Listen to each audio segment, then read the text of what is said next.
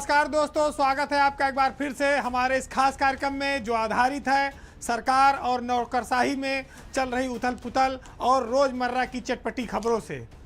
ये प्रोग्राम कानाफूसी, चर्चा और गपशप पर आधारित है। तो चलिए शुरू करते हैं पावर सेंटर।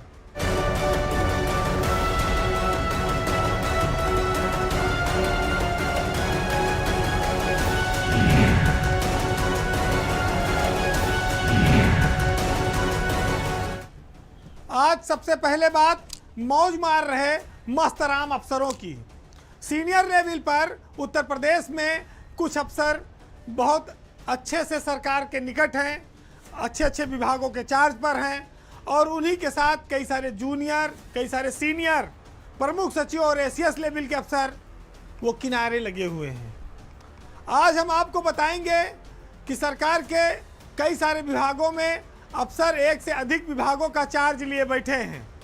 इसमें अपर मुख्य सचिव और प्रमुख सचिव लेवल के अफसर हैं।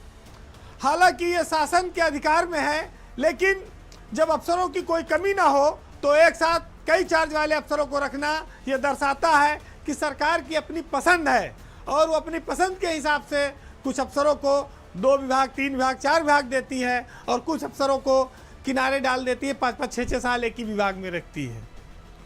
वैसे उत्तर प्रदेश में इन दिनों अगर देखा जाए तो सीनियर लेवल पर अब अफसरों की कोई कमी नहीं रह गई है, लेकिन सरकार की पसंद और जुगाड़ पर निर्भर करता है कि आईएएस अफसर के पास कितना महत्वपूर्ण और कौन सा विभाग रहेगा।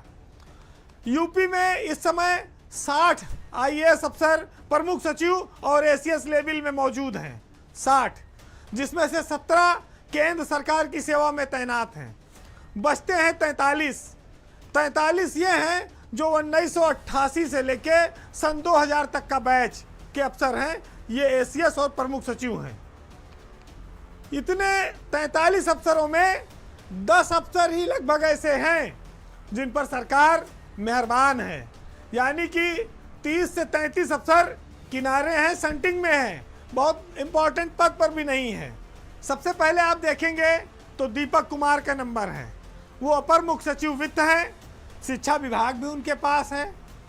पहले वो गृह सचिव भी रहे, ताकतवर पद पर रहे, लेकिन तब भी उनके साथ वित्त विभाग बना रहा।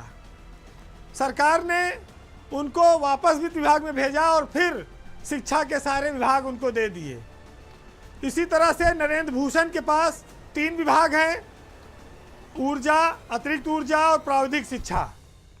आलोक कुमार जो इस समय उत्तर प्रदेश में प्रमुख सचिव औद्योगिक विकास हैं, उनके पास एमएसएमई जैसे भी, यानी कि उद्योग का सारा काम, लघु उद्योग, मध्यम उद्योग और हैवी उद्योग, ये सब आलोक कुमार के पास है। बीना कुमारी मीना सरकार की गुड बुक की अफसर हैं बहुत, उनके पास भी कई विभाग हैं, आबकारी, गन्ना, चीनी और कई सारी चीज़ें।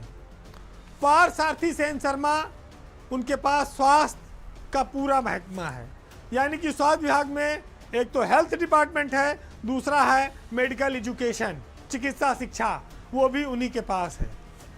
एम देवराज इस समय सरकार में बड़े महत्वपूर्ण अफसर हैं, उत्तर प्रदेश में प्रमुख सचिव नियुक्ति हैं, उनके पास सेलटेक्स जैसा महत्वपूर्ण विभाग भी है।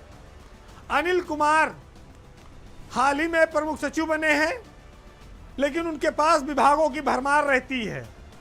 अनिल कुमार पहले खनन भी उनके पास था, वो हट गया, अभी उनके पास वन, पर्यावरण और पंचायती राज जैसे बड़े बड़े महकमे हैं। गुरु प्रसाद, उनके पास कई विभागों का चार्ज है, आवास, राजस्व, ये सब विभाग उनके पास हैं। अमित गुप्ता अभी थोड़े दिन पहले कानपुर के कमिश्नर थे, प्रमुख सचिव बने, उनको स्टाम्प रजिस्ट्रेशन विभाग दिया गया था। पिछले दिनों परिवर्तन हुआ, उसमें उनको एक विभाग और जोड़ दिया गया, परिवहन विभाग। ऐसे कई सारे अफसर हैं जो लंबे समय से किनारे हैं, कहने को उनके पास विभाग है लेकिन वो महत्वहीन हैं। जो नए नए प्रमुख सचिव बने या सरकार की गुड बुक के अफसर हैं, उनको एक साथ कई सारे विभाग दिए गए हैं। सीनियरिटी और जूनियरिटी का आप कोई देखिए मतलब बहुत रहा नहीं। जो हमको और पसंद है वही अफसर ठीक है।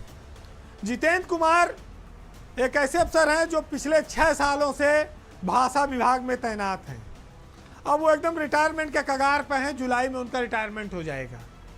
सुधीर बोबड़े करीब 3 साल राजस्व परिषद में रहे, फिर थोड़े दिन के लिए उच्च शिक्षा में आए थे और फिर करीब 2.5 साल से राज्यपाल के यहाँ एसीएस के रूप में तैनात हैं।